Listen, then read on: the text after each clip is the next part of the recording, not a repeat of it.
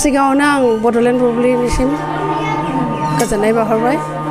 आंनि दिनैनि बे हाबाफारिया आङो जोंनि इयुन जोलैफोरखौ जोंनि हारिमुआरि दामजुफोरजों सिनायथि लाहोनो आरो जोंनि हारिमुआरि दामजुफोरखौ सोलोंनानै मोजां साफा रोंगौथि गोनां दामगिरि महर लागोन होननानै मिजिं थिनानै आं दिनै बे हाबाफारिखौ लादों। आंनि न'आवनो आं जेरावबो जायगाखौ नागिराखै, माने बेहायनो ओरैनो जाब जुब बे हाबाफारिखौ लानाय जादों।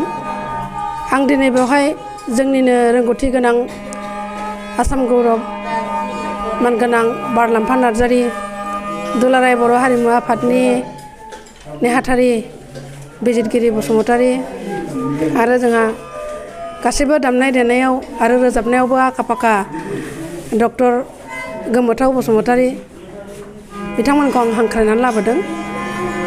लोगोसे जोंहा दुलाराय बर' हारिमु आफादनि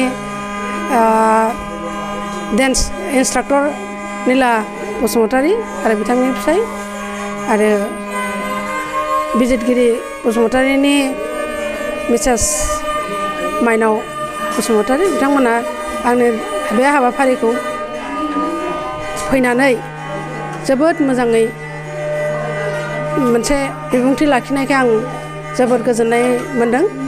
आं सानदोंमोन आंनि दिनैनि बे आं जे मावबादा लादों 10 दिननि बे मावबादाया जोबोद जाफुंसार जाबाय। आंनि गोसोजों साननाय आरो बे बिथांमोना नुजानानै आंखौ एसेबाबो मा होनो थुलुंगा होदों आरो आंबो दिनै बेबायदिनो जोंनि बे दा बेहाय नुजाफैनाय सोलोंसाफोरखौ मोजाङै सोलोंथों होननानै थुलुंगा होनो सानदों। गासिबो आयदाखौनो आङो फोरोंजोबनो हायाखैबाबो सेरजा, सिफुं आरो खामनि सोलोंथाइखौल' जों दिनैनिफ्राय जागायजेननो लादों। दा साबैसेखौथ' आं दा सानस्लाबासै, बधय 20 जनसो जागोनदां, 20सो फैदों। आं बेहाय फिस लानायनिबो खालामाखै, फ्रिमोन आरो फिस लायाखै, फ्रि फोरोंनायनि फ्रि कर्समोन आरो। आंनि थांखिया बेनोमोन जे बयबो दिनै बेनिफ्राय सोलोंनानै न'फ्राव मोजाङै सोलोंबाय थागोन आरो इयुनाव साफा राफोद दामगिरि महर लानो हागोन।